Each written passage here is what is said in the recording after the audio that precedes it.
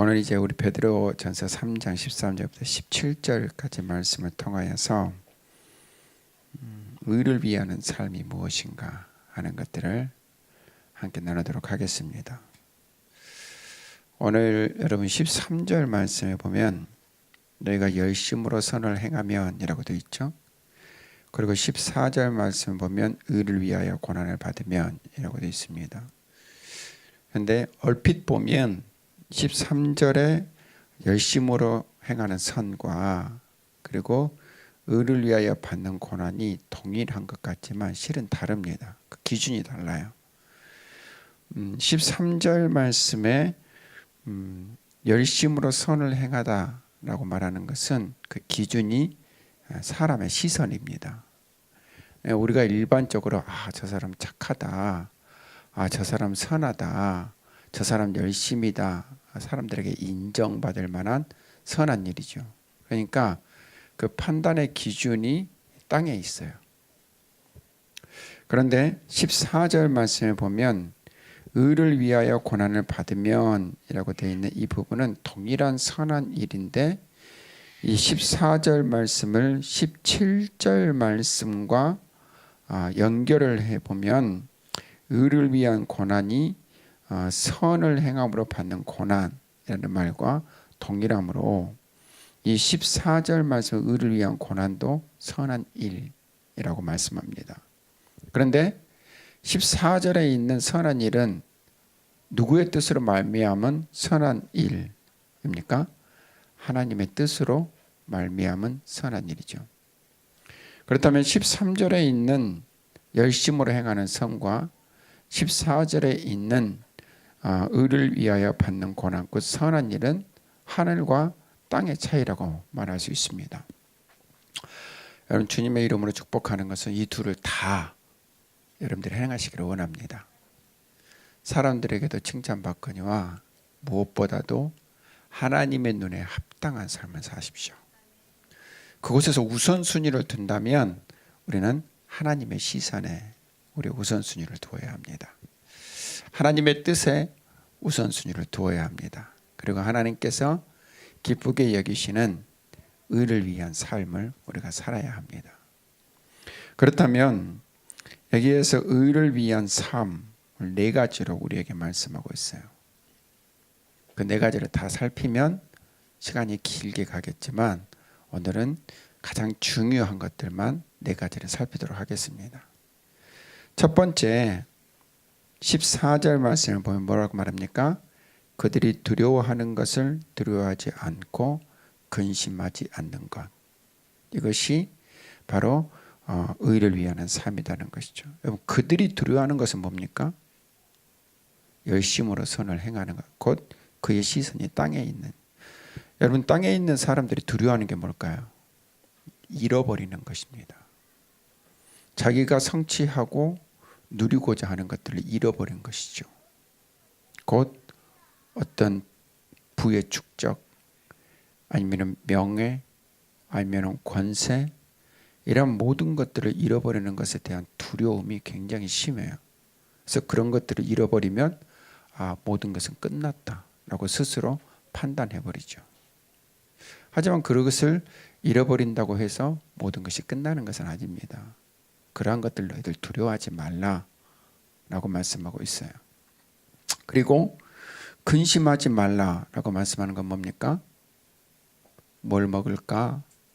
뭘 마실까? 무엇을 입을까? 어떻게 살까? 하는 그런 부분들에 대해서 근심하지 말라는 것입니다. 이것이 바로 의를 위한 삶이다 하고 말합니다. 그렇다면 우리가 바라보고 소망해야 될 것은 무엇일까요? 바로 하나님께서 우리에게 채우시는 것이 무엇인가 하는 기대를 가지고 사는 것. 이것이 바로 의인의 삶이다 말씀합니다.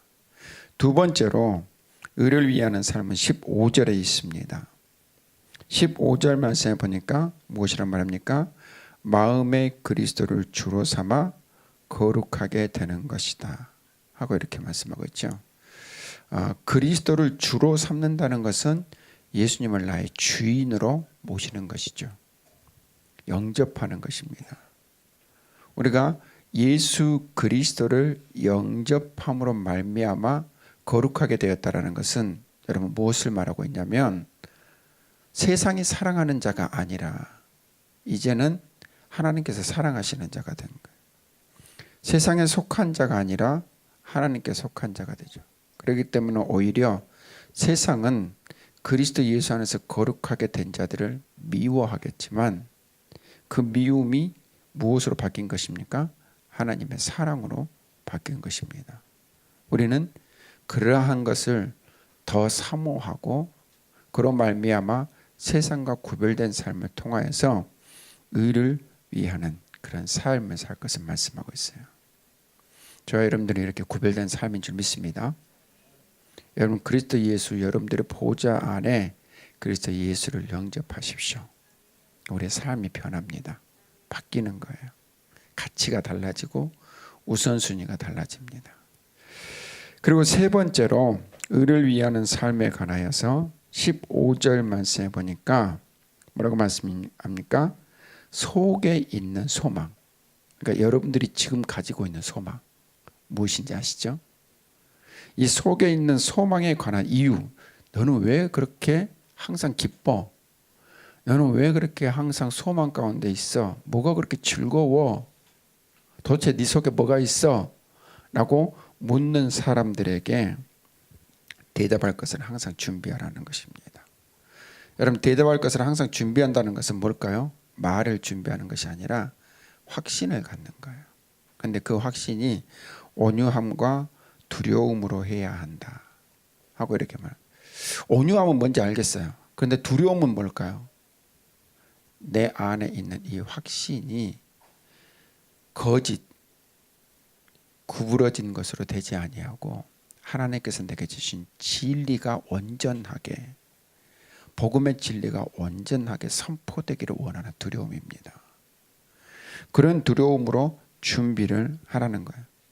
그런데 여러분 실은 이 온유함으로 대답할 걸 준비하는 것 그리고 두려움으로 대답할 걸 준비하는 것 이것은 쉽지 않습니다.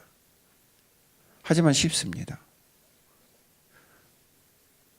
쉽지 않은데 쉽다고 그러니까 여러분들이 헷갈릴 수 있겠어요. 쉽지 않은 것은 뭐냐면 여러분들의 지혜와 경험을 의지하면 쉽지 않습니다. 여러분들의 성정을 의지하면 쉽지 않습니다. 여러분들의 의지를 따라 살면 쉽지 않아요. 쉬운 것은 뭐냐면 자 한번 봅시다. 누가복음 12장 11절부터 12절.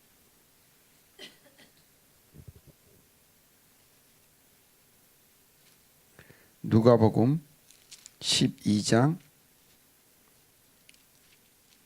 11절부터 12절. 자, 함께 읽읍시다. 사람이 너희를 회당이나 위정자나 권세 있는 자 앞에 끌고 가거든 어떻게 무엇으로 대답하며 무엇으로 말할까 염려하지 말라. 마땅히 할 말을 성령이 곧 그때에 너희에게 가르치시리라 하시니라. 아멘. 뭐예요? 우리가 가져야 할 것은 확신이고 우리가 대답해야 할 것은 성령께서 내 안에 주신 말, 준비하신 그 말을 따라 선포하는 것입니다. 여러분 베드로가 공회 앞에서 예수 그리스도에 관해서 선포할 때 그 공회에 있었던 사람들이 뭐라고 말했습니까?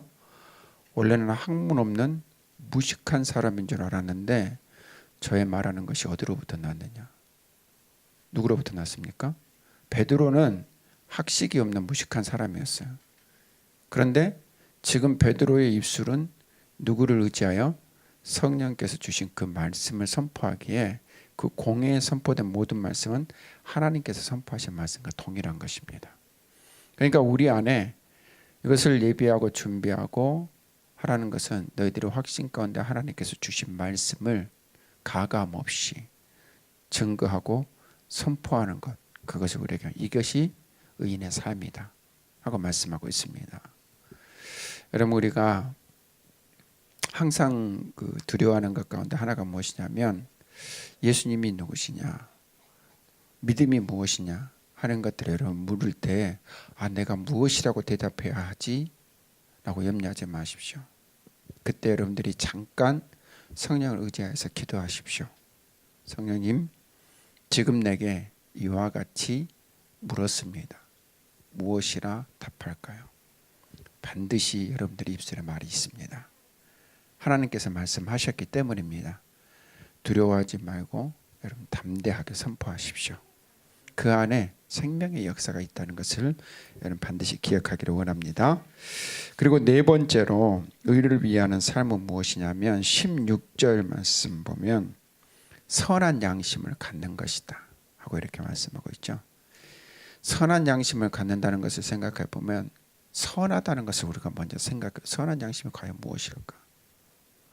여러분 선한 양심이라고 했었을 때 이 선한 양심은 무엇입니까? 선하신 이는 오직 한 분이시다. 그렇죠? 그분이 누구예요? 하나님 아버지시다. 그렇다면 선한 양심을 갖는 것은 뭐예요? 아버지의 마음을 갖는 것이죠. 아버지의 마음. 그냥 내 삶을 통하여 저 사람을 보면 굉장히 불쾌하고 짜증날 수 있습니다.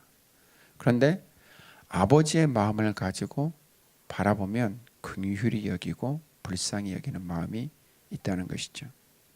그렇다면 불쾌하고 짜증나는 마음을 가지고 대하는 것과 긍휼히 여기고 불쌍히 여기는 마음을 가지고 대하는 것은 많은 차이가 있겠죠.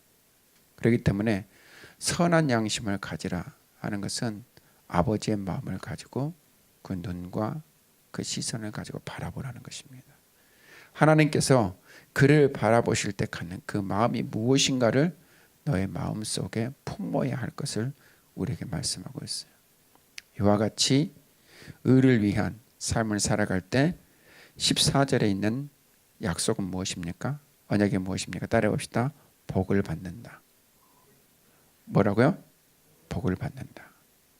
그러니까 의를 위하여 고난을 받는 그 역설이 무엇인가를 우리에게 말씀하는 거예요.